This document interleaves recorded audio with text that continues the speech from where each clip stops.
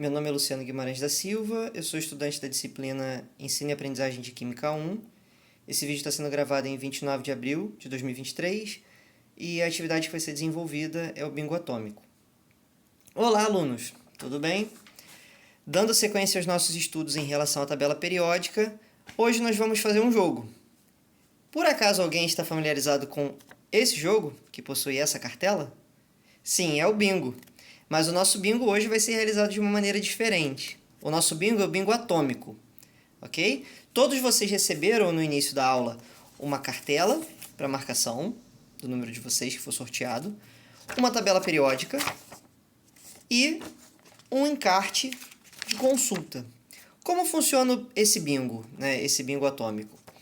Nós vimos que a tabela periódica é uma ferramenta que nos permite encontrar algumas informações, algumas propriedades dos elementos químicos, certo?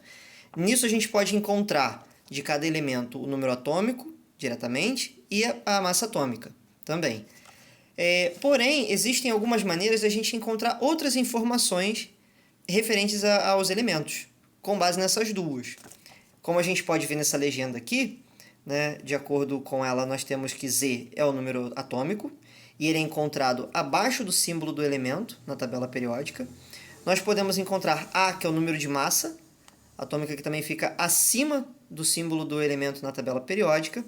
Temos que P é o número de prótons, N é o número de nêutrons e E é o número de elétrons. Repare que essas três características, número de prótons, número de nêutrons e número de elétrons, elas não estão exatamente escritas diretamente na tabela periódica. Porém, nós conseguimos obtê-las, com base nessas duas informações, de número de massa e número atômico.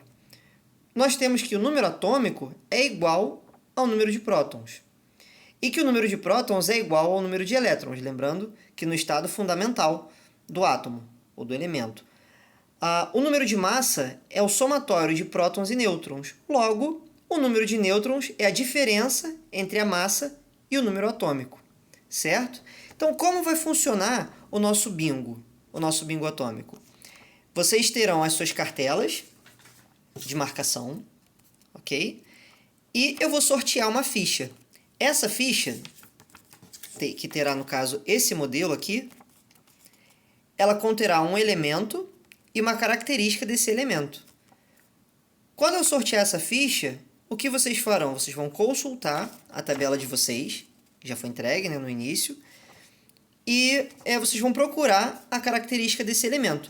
No caso aqui nós temos o elemento nitrogênio e está sendo pedido o número atômico dele.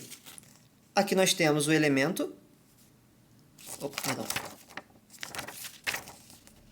Aqui nós temos o nitrogênio e o número atômico está abaixo do símbolo. Então aqui no caso essa informação é direta, né? A gente já consegue o número e é só marcar na ficha no caso de quem tiver. Certo? Existem outras características e outros elementos. Nós temos aqui uma ficha, por exemplo, com o elemento berílio e o número de prótons. Como a gente saberia o número de prótons? Também procuraria o elemento berílio, ok? E, por acaso, também é o mesmo número, né? O número de prótons corresponde também ao número atômico, certo? Então, é assim que funcionará o nosso bingo atômico. Vence o jogo quem conseguir completar primeiro a sua cartela. Ok? E aí a pessoa vai dizer bingo. Todos prontos para começar o nosso jogo? É importante também ressaltar que em algumas situações nós precisamos executar o cálculo, né? Quando tivermos fichas que peçam, por exemplo, o número de elétrons. Quando o número de elétrons, no caso, é igual ao número de prótons, que é o mesmo número atômico, no caso do estado fundamental desse elemento. E também situações em que será pedido o número de nêutrons, em que deverá ser feito o cálculo, subtraindo da massa atômica o número atômico. Todos preparados para começar?